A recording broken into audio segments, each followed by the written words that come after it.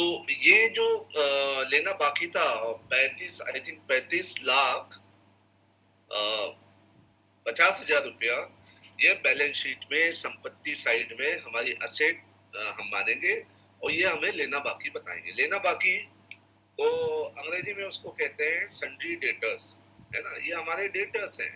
Debtors का मतलब है ये हमको पैसा देने वाले हैं। डेटर्स और क्रेडिटर्स तो होता है ना, एक लेने वाला और एक देने वाला, ठीक है। तो ये हमारी अर्न इनकम की एडजस्टमेंट एंट्री होगी। अब इसमें दूसरी है अनअर्न्ड इनकम। अनअर्न्ड इनकम का मतलब ये होता है कि ऐसी आय जो हमको प्राप्त तो हो गई है लेकिन इस वित्तीय वर्ष की नहीं है, एडवांस में कोई दे गया या पहले की हमको मिल गई है, तो हम क्या करेंगे, हम इसको घटाएंगे, ठीक है। और इसकी जो एडजस्टमेंट एंट्री पास होगी कि जो भी क्रेडिट साइड में प्रॉफिट एंड लॉस अकाउंट के क्रेडिट साइड में हमने इनकम के साइड जो भी इनकम लिखी है उसमें से ये हम घटा देंगे, अनअर्न्ड इनकम हो जाएगी। और प्रॉफिट एंड लॉस अकाउंट में चूंकि ये इस वित्तीय वर्ष की नहीं है, हमें देना है, वापस नहीं करेंगे, लेकिन आज की तारीख में वो हमारी लायबिलिटी है। तो हम क्या करेंगे बैलेंस शीट में लेफ्ट हैंड साइड में, यानी जो हमारा कैपिटल एंड लायबिलिटी साइड होता है,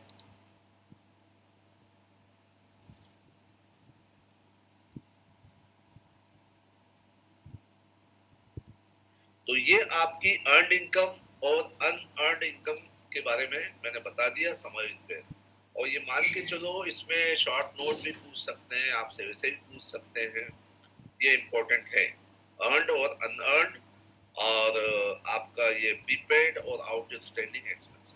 और जो फाइनल अकाउंट का सवाल आता है उसमें ये एक एडजस्टमेंट एंट्री इनमें से आ सकती है, आती ही है, ठीक है। ये अब बात आई डेप्रिसिएशन की। अगला जो हमारा है डेप्रिसिएशन का, तो डेप्रिसिएशन का सिंपल है, जैसे मैंने बताया था कि जो भी हमारी संपत्ति होती है उसके मूल्य में जो कमी आती है, जो डेप्रिसिएशन हम चार्ज करते हैं, तो जितनी कमी आई है वो हमारी क्या कहलाती है, ह्रास कहलाता है। जैसे कोई 10 लाख का असेट है हमारे पास, ठीक है, 10 सपोज कार है या जीप है वसूली की, 10 लाख की एक कोई अच्छी जीप है, तो उसमें 10% हमको डेप्रिसिएशन काटना है। तो डेप्रिसिएशन क्या हमारा खर्चा नहीं होता है, ये हमारा क्या है, हानि है। तो हानि को हम प्रॉफिट एंड लॉस अकाउंट के डेबिट साइड में लिख देंगे, डेप्रिसिएशन ऑन जो भी असेट है उसका नाम तो यहाँ पे है, depreciation on vehicle at the rate of 10% of rupees किसका, 10 लाख। तो आराम से अगर चेक भी करना, कहीं गड़बड़ी भी होती है तो चेक किया जा सके कि 10 लाख की कोई असेट है, एट द रेट ऑफ 10%, 10% की दर से हमने इस पर चार्ज किया है, कितनी राशि आई, 10%, 1 लाख रुपया। 1 लाख रुपया हमने चार्ज किया, तो ये 1 लाख रुपया जो हमने चार्ज किया है ये हमारी लॉस हुआ है, और ये हमारा प्रॉफिट एंड लॉस अकाउंट के डेबिट साइड में लिख रहे हैं। अब लास्ट ईयर इसकी कीमत थी 10 लाख, 1 लाख हमने डेप्रिसिएशन चार्ज करके कम कर दिया, अब कितनी बची संपत्ति, 9 लाख की बची। तो जैसे मैंने बताया कि बैलेंस शीट में भी इसका असर होता है एडजस्टमेंट एंट्री का। तो बैलेंस शीट में राइट हैंड साइड में हम असेट की साइड में लिख देंगे जो भी है हमारी मशीन है, तो या जो भी असेट है उसका नाम से कि मशीनरी अकाउंट या मशीन कितने की है, या कार है तो कार है, व्हीकल है तो व्हीकल है, व्हीकल 9 लाख। या ये भी कर सकते हैं इनर कॉलम में पिछले साल का बैलेंस हम लेके आए 10 लाख लेस उसमें से डेप्रिसिएशन 1 लाख, और आउटर कॉलम में फिर 9 लाख आ जाएगा। तो इस ढंग से हम लोग एडजस्टमेंट एंट्री करते हैं, और ये भी इम्पोर्टेंट है। डेप्रिसिएशन के बारे में तो पूछा ही जाता है, एडजस्टमेंट एंट्री में भी पूछते हैं, फाइनल अकाउंट के सवाल में भी एक आता है, और अलग से भी एक क्वेश्चन आ सकता है। इसकी कौन सी विधियां हैं वो भी आप विधियां बता दो। और जो आप सभी लोगों को ये जो हमने किताबें भेजी हैं वो मिल गई हैं, कोई ऐसा है जिसको नहीं मिली हो? तो इसमें तो बहुत सारा मसाला है ना। मसाला का मतलब है बहुत सारी ज्ञान की बातें बहुत पूरे कोर्स के हिसाब से दिया है, लेकिन उतनी सब चीजें नहीं। मैंने असाइनमेंट के आपके 29 टॉपिक 29 टॉपिक्स मैंने बना लिए हैं, कल टाइप करने भी दे दिए थे, क्योंकि हमारा एक इंस्पेक्शन होने वाला है, उसकी तैयारी में सब हमारा स्टाफ लगा है। तो संभावना है कि आज टाइप होके आपके सामने वो चीजें आ जाएंगी। और ये जो मैंने टॉपिक दिए हैं, मैं आपको पढ़ के भी सुना देता हूँ, ये मेरे पास कच्ची लिस्ट भी है। तो double entry system, types of accounts, rules of debit and credit, cash book, subsidy books, bank reconciliation statement, capital and revenue expenses, RD statement, income and expenditure statement, depreciation, methods of depreciation, adjustment entries, trading account, profit and loss account, balance sheet, financial oblique annual statement, meaning and types of audit, trial balance, difference between journal and ledger, kinds of errors in trial balance, final account, format specifying of trading account, profit and loss account and balance sheet. ये जिसको हम देंगे तो उसको पूरा format जो होता है वो पूरा स्क्रीन में दिखा के उसको एक्सप्लेन करना होगा, और ऐसा बताएंगे कि कोई फॉर्मेट में कोई चीज यानी छूटे नहीं, और फॉर्मेट में एक एक चीजें क्लियर होना चाहिए, क्या है डे, क्या है, कितने कॉलम होते हैं, वो सब बनाना पड़ेगा नीचे टोटल टोटल, यानी प्रॉपर फॉर्मेट आपको आना चाहिए। तो जिसको भी हम मैं अलाउट करूंगा ये किया है वो इस ढंग से इसमें लिखेगा। prepaid expenses, outstanding expenses, provision for bad debts and doubtful debts, uh, books and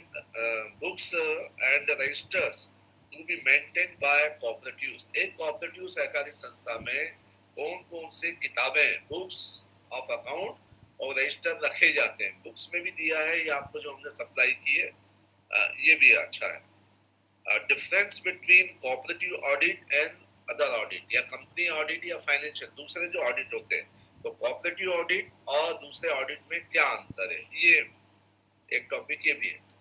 फिर इंटरनल कंट्रोल एंड चेक, ये भी इम्पोर्टेंट है, ये आपसे पूछा भी जा सकता है, तो ये भी एक मैंने टॉपिक रखा है।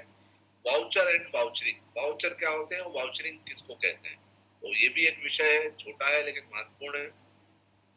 ये थोड़ा बड़ा है, एक चीज और मैं आपको बता रहा हूँ और इम्पोर्टेंट है, और आपको जब प्रायोगिक तौर पर जब आप कहीं भी काम करते हैं किसी संस्था में, तो ये बहुत बहुत काम में आता है, और टॉपिक का नाम है valuation and verification of assets and liability, है ना।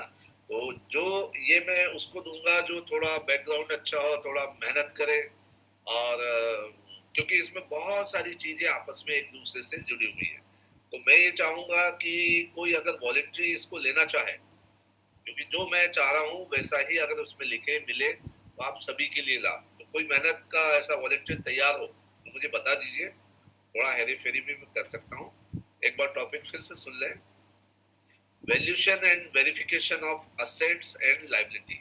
जो हमने किताब भेजी है पिंक वाली, उसमें भी ये दिया हुआ है, ठीक है। और एक और है लास्ट, चूंकि आप लोग 29 हैं, तो ये आखिरी टॉपिक है, classification of different types of audit, कि अलग अलग जो आपके ऑडिट होते हैं वो उनका क्लासिफिकेशन कितने तरह के, उनका वर्गीकरण करना, कौन कौन से ऑडिट होते हैं ये। और मैं और दो एक एडिशनल हमने रखे हैं, जो आपको एक सीए को हम बुलाकर आपको स्पेशल लेक्चर करवाएंगे, ईडीपी ऑडिट, जो आपके लिए बहुत इम्पोर्टेंट है, और ये परीक्षा में एक शॉर्ट नोट में भी पूछ सकते हैं कि ईडीपी ऑडिट क्या होता है। ईडीपी का मतलब है, तो बता सकता है ईडीपी ऑडिट तो हम जानते हैं, इलेक्ट्रॉनिक डाटा प्रोसेसिंग। हाँ, इलेक्ट्रॉनिक डाटा प्रोसेसिंग, और ये अभी अभी शुरू हुआ है कुछ सालों से, यानी हो गया टाइम लेकिन कुछ सालों से नया है। तो ये क्यों है भाई, ये ऑडिट क्यों शुरू हुआ, कोई बताएगा? सर चूंकि हम इलेक्ट्रॉनिक प्लेटफॉर्म पे काम कर रहे हैं। हाँ बिल्कुल सही है, बिल्कुल इलेक्ट्रॉनिक प्लेटफॉर्म का मतलब है कि जैसे ट्रेन आती प्लेटफॉर्म पे खड़ी होती है, कोई ऐसा नहीं इलेक्ट्रॉनिक पूरा बैंक वहाँ चला जाता। इसका मतलब है पूरा कंप्यूटराइज सिस्टम है, सॉफ्टवेयर हमारे यहाँ बने हुए हैं, उसमें हम काम करते हैं। तो बुक्स ऑफ अकाउंट्स तो अगर मैनुअल काम हो रहा है तो हम उसको देख सकते हैं, लेकिन इसका हमें मालूम नहीं रहता। जैसे मैं आपसे जो ऑनलाइन मुखातिब हूँ आपको बता रहा हूँ, तो ये इसका नॉलेज होना चाहिए, जब भी कोई व्यक्ति कह सकता है कि ये जो ट्रेनिंग दी जा रही है इसमें ये कमी है उसमें। नहीं तो अभी तक हम लोग कैसे पढ़े ऑफलाइन क्लासेस में, कि सामने एक कमरा होता था, कुछ टेबल लगे रहते थे, जिनको पढ़ाया जाता है वो बैठते हैं और जो पढ़ाने वाला है वो खड़ा हो जाता है और वो व्हाइट बोर्ड या ब्लैक बोर्ड या जो भी रहता है उस पर दिखाता है। लेकिन अब नया ये हो गया ऑनलाइन क्लासेस, ऑनलाइन में डायरेक्ट, है ना, वर्ल्ड के किसी भी कोने में हमारा पार्टिसिपेंट या स्टूडेंट बैठा है, हम यहाँ से ऑनलाइन क्लास ले सकते हैं। तो वर्चुअल वर्चुअल मोड में, तो ये नई नई चीजें जैसे टेक्नोलॉजी डेवलप होगी हमको आसानी भी होगी, और दोनों पक्षों को उस टेक्नोलॉजी का ज्ञान होना चाहिए। ठीक है, तो ईडीपी ऑडिट है, आज अगर बैंकिंग सर्विसेज में जितनी आगे बढ़ गई है, क्विक प्रॉम्प्ट सर्विस, या हमने एक क्लिक दबाया और सामने वाले को जहां भी दुनिया के किसी भी कोने में अगर वो व्यक्ति है उसको पैसा ट्रांसफर करना बड़ा आसानी से हो जाता। नहीं तो पहले तो चेक क्लियरिंग में बहुत समय लग जाता था, और फिर पता चला चेक क्लियर भी नहीं हुआ, सिग्नेचर आपके हो गए, बहुत सारी चीजें, ये सब ऑफिस टाइम में होता है। लेकिन आजकल क्या है, पैसा आप रात को 1:30 बजे भी आप किसी को ट्रांसफर कर सकते, कोई इशू नहीं है। तो ये सब चीजें ईडीपी ऑडिट के अंतर्गत आती है, कि जो भी इलेक्ट्रॉनिक प्लेटफॉर्म पर जैसे इन्होंने बताया आप काम कर रहे हैं वो फुल प्रूफ है कि नहीं, सही है कि नहीं अकाउंटिंग, तो उसका भी ऑडिट जरूरी है। अगर उसमें कोई गड़बड़ियां होती है तो ऑडिटर या कोई काम करने वाला, सॉफ्टवेयर तो ठीक है लेकिन काम करने वाला उस पर गलत काम कर रहा है, तो वो सब चीजें इसमें आती है। और फिर एक और है इसमें टैक्स ऑडिट, है ना। तो टैक्स चूंकि आजकल जीएसटी वगैरह का जमाना आ गया, नए टैक्स हो गए हैं, होते ही हैं, नई नई चीजें बजट में आती हैं, तो टैक्स ऑडिट शुरू हो गया। अब टैक्स डायरेक्ट इनडायरेक्ट जो भी टैक्सेस हैं जो हमारे ऊपर एप्लीकेबल होते हैं, या जहाँ जिस संस्था में आप काम करते हैं या जो भी बिजनेस ऑर्गेनाइजेशन, तो कौन कौन से टैक्स एप्लीकेबल है और कितना हमको देना पड़ेगा, किस प्रकार से देंगे, कौन से फॉर्मेट हम भरेंगे, ठीक है, सबका अलग अलग होता है। तो इसका भी प्रॉपर एक हिसाब किताब हमारे को सही होना चाहिए, नहीं तो हैवी पेनाल्टी हमारे को इम्पोज होती है। तो ये दो अलग से हमने रखे हैं, अगर किसी का इंटरेस्ट हो तो ही लो, नहीं तो मत लो, ठीक है। और एक चीज और है अनाउंसमेंट, कि ये जो मैंने 29 टॉपिक्स आपको दिए हैं, मेरा ऐसा अनुभव अनुभव कहता है कि इससे बाहर कोई पेपर नहीं होगा आपका, यानी आज पेपर में आउट कर, ठीक है। किसी को आप बताना नहीं, आपके लिए है कि ये पेपर आउट है। पेपर आउट का मतलब है हकीकत में पेपर आउट नहीं है, इसके बाहर पेपर नहीं होगा। इतनी आप तैयारी कर लेते हैं तो आपको आराम से 9 क्वेश्चन आएंगे, 9 में से जी आपको 5 अटेम्प्ट करना रहेगा, ठीक है। और बहुत चॉइस है आपको। तो इस, हाँ, सर ये टॉपिक्स को आप एक बार व्हाट्सएप पे डाल देंगे ग्रुप पे? नहीं नहीं, वो हमने टाइप होने दिया है, और किसको क्या हम दे रहे हैं वो भी हमने कर लिया है। लेकिन मैंने अभी कहा था 2 टॉपिक के बारे में, ये valuation and verification of assets and liability, ठीक है।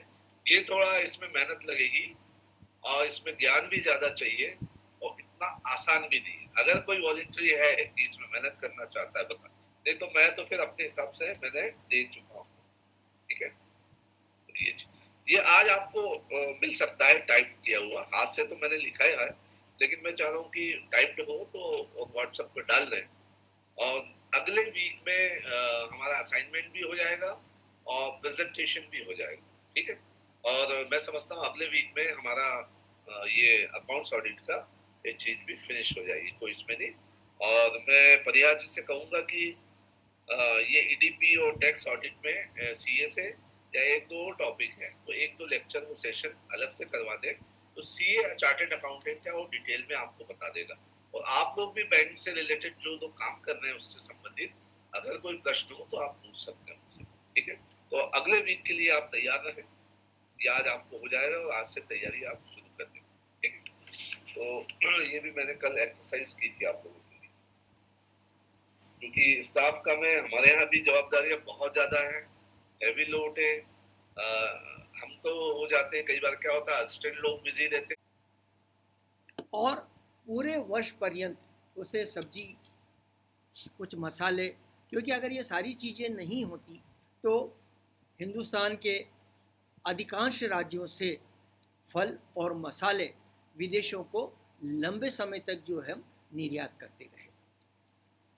उसी समय हमारे यहाँ कुटीर और बुनकर उद्योग भी था, लघु एवं कुटीर उद्योग भी था, जिसका पूरे विश्व के अंदर हम व्यवसाय करते थे कि ढाका के मलमल के विषय में कहा जाता है सब अंगूठी में से निकल जाता है। तो वह उस कारीगरी की विशेषता तो थी, किंतु उसके साथ में जिसने कपास का उत्पादन किया उसकी भी विशेषता थी कि उसने इस तरीके के कपास का उत्पादन किया जिसका रेशा इतने अच्छी तरीके से बना। तो उस समय के जो कृषक हैं, जैसे वर्तमान में हम लघु और सीमांत कृषक के रूप में रहते हैं, उसी तरीके के जो कृषक थे उनकी जोत कम थी, व्यावसायिकता का उनका ध्यान नहीं था। तो ऐसी दशा में और अपनी आवश्यकताओं की पूर्ति के लिए ही उन्होंने जो है कृषि उत्पाद किया। पर जिनके पास में अच्छी ज़मीन थी उन लोगों ने अच्छा उत्पादन किया। हिंदुस्तान के मसाले जो है विश्व के अंदर विभिन्न राज्यों से गए। तो हमारा कृषि में जो अगर कभी हम देखें कि जो उस वक्त पॉपुलेशन थी वो 80% पॉपुलेशन कृषि के ऊपर आधारित थी। तो कृषि करना और कृषि पे आधारित होना दोनों में फ़र्क है। और उस वक्त का यदि कैलकुलेशन किया जाए तो 35 से 40% कृषक ऐसे थे जिनके पास में ज़मीन की मात्रा इतनी कम थी कि उससे केवल वो अपना उपयोग कर सकते थे। उसको वो कोई नई टेक्नोलॉजी नहीं रहता था, सर्टिफाइड बीज उसके पास नहीं था, अपना ही बीज वो रहता था, या उसके ग्राम में कोई व्यक्ति होता था जिसने कि बीज को जो है प्रिजर्व किया है तो उससे वो बीज उधार ले लेता था।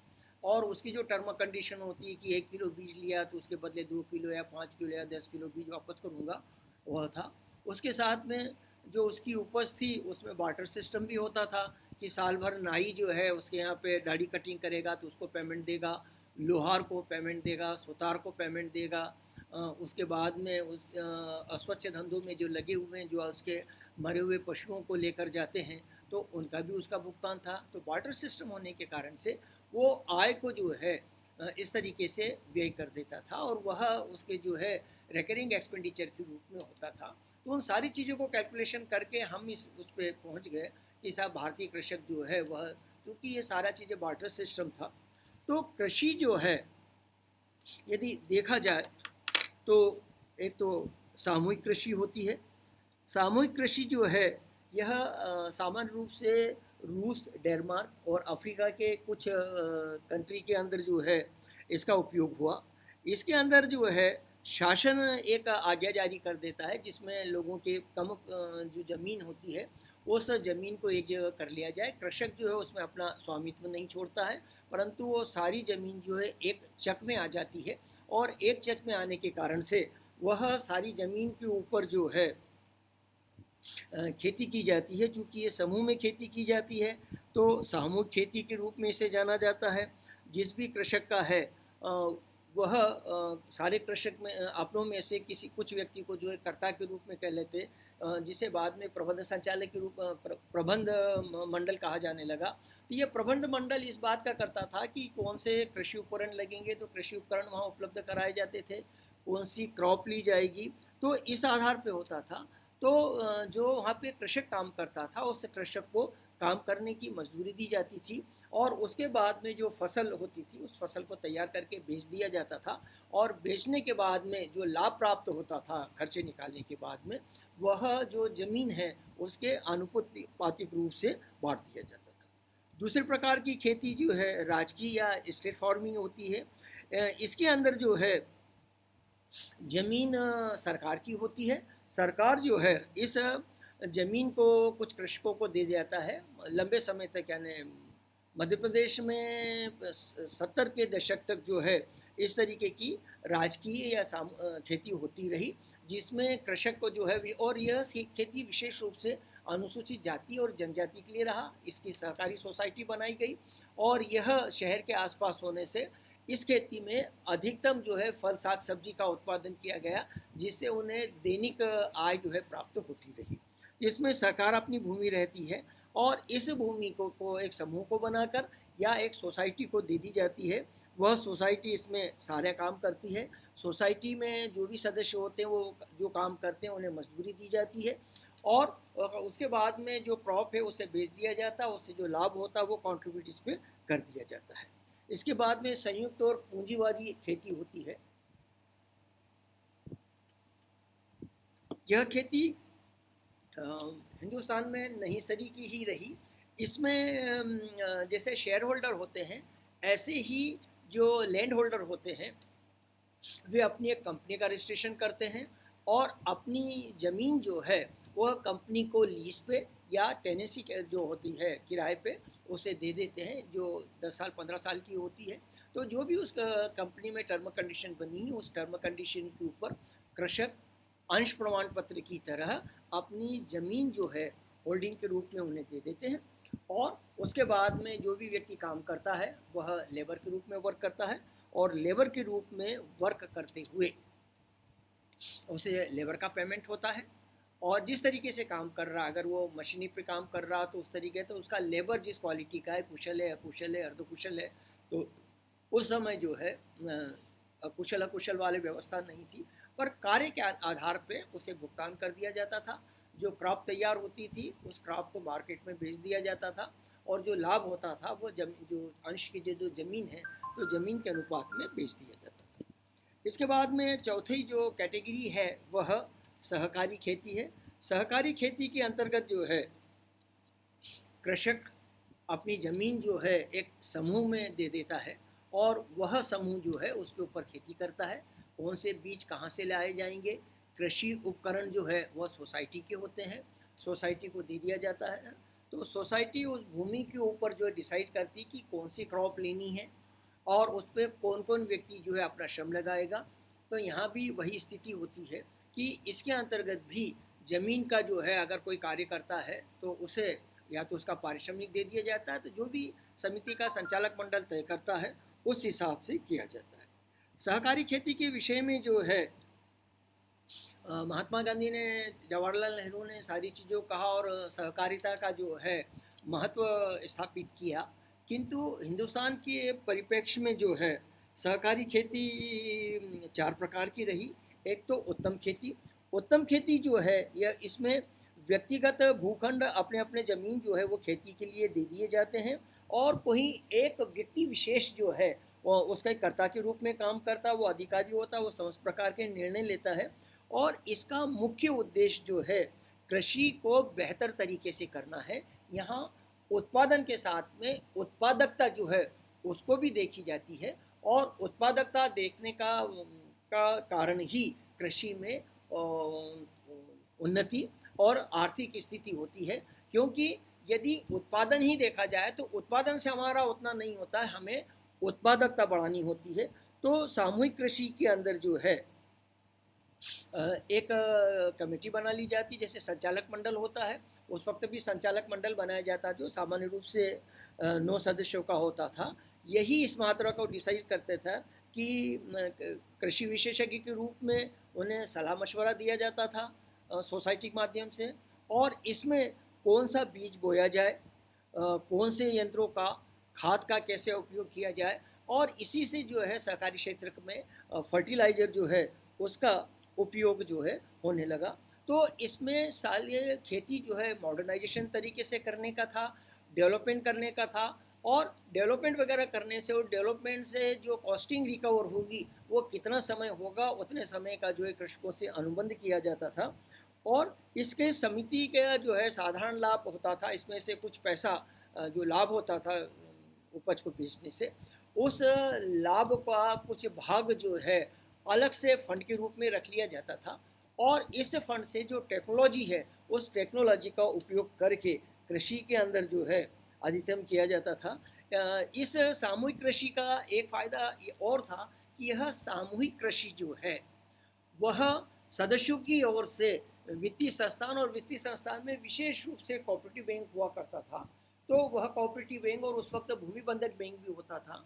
तो भूमि बंधक बैंक जो होती, जितनी भी संपत्ति होती थी, उस संपत्ति को रख के दीर्घकालीन और मध्यमकालीन ऋणों से प्रदाय करता था। सोसाइटी की ड्यूटी होती थी कि वह इस ऋण को अदा करे।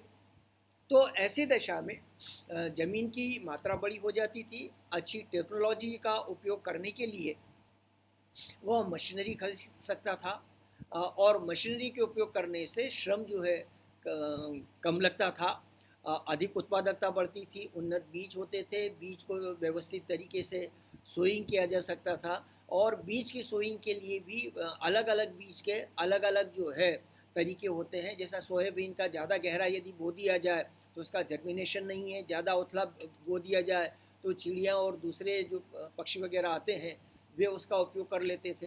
तो इस तरीके से कौन सी ज़मीन में कितना डेप्थ के अंदर बीज बोया जाए, और उसके लिए ज़मीन जो है उसमें जो प्लॉटिंग की जाती है वो कितनी गहरी जुताई उसकी की जाए, तो इन सारी चीज़ों को वैज्ञानिक तरीके से जो है इसमें किया जाता था, और इसमें विनियोग करने की क्षमता जो है वह बढ़ जाती थी, टेक्नोलॉजी का उपयोग करने का जो है बढ़ जाता था।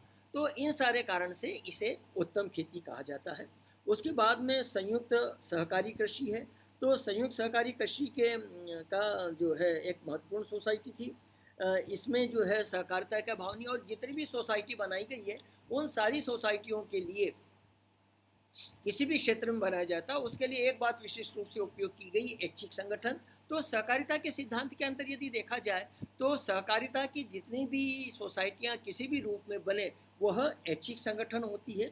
तो इसलिए इसे बार बार ऐच्छिक संगठन के विषय में क्लेरिफाई करना कोई विशेष महत्व जो है नहीं रखता है। इसमें जो समिति है सामूहिक कृषि है। तो सामूहिक कृषि में भूमि का जो टाइटल होता है वह तो सदस्य कृषक का होता है, किंतु भूमि का उपयोग करना, उसका विकास करना, उस पर कार्य करना और उसके संबंध में निर्णय लेना वह जो है सोसाइटी को सौंप दिया जाता था। और सोसाइटी इसके संबंध में प्रतिवर्ष एक कार्य योजना बनाती थी, और कार्य योजना के अंतर्गत ये देखती थी कि इसमें किस तरह की फसल जो है बोई जाए, और पूरी ज़मीन के विषय में अलग अलग निर्णय लिया जाता था कि कुछ में दीर्घकालीन उपयोग हो, किसी में मध्यमकालीन हो, किसी में अल्पकालीन हो। इन सारे के विषय में निर्णय लिया जाता था, और ज़मीन सोसाइटी को जो है सौंप दी जाती थी। और इसमें भी कृषक की इच्छा थी कि वह उस पर पारिश्रमिक करे या नहीं करे। अगर वो श्रम कर रहा है तो उसे पारिश्रमिक मिलेगा, और वहाँ यदि वो श्रम नहीं कर रहा है तो उसे किसी प्रकार का पारिश्रमिक नहीं होगा। यहाँ पे भी सोसाइटी जो है उपज करेगी, नवीनतम जो आधुनिक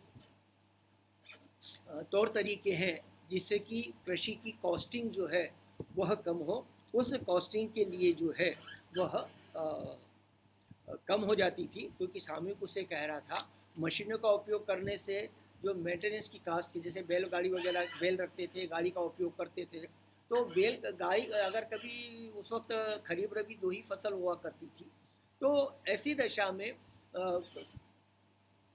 जो बैलों का उपयोग था वह मुश्किल से खेत में 12 माह से 1 या 1.5 माह ही कार्य में आता था। बाकी जो है बैल के मेंटेनेंस हमें रखना पड़ता था।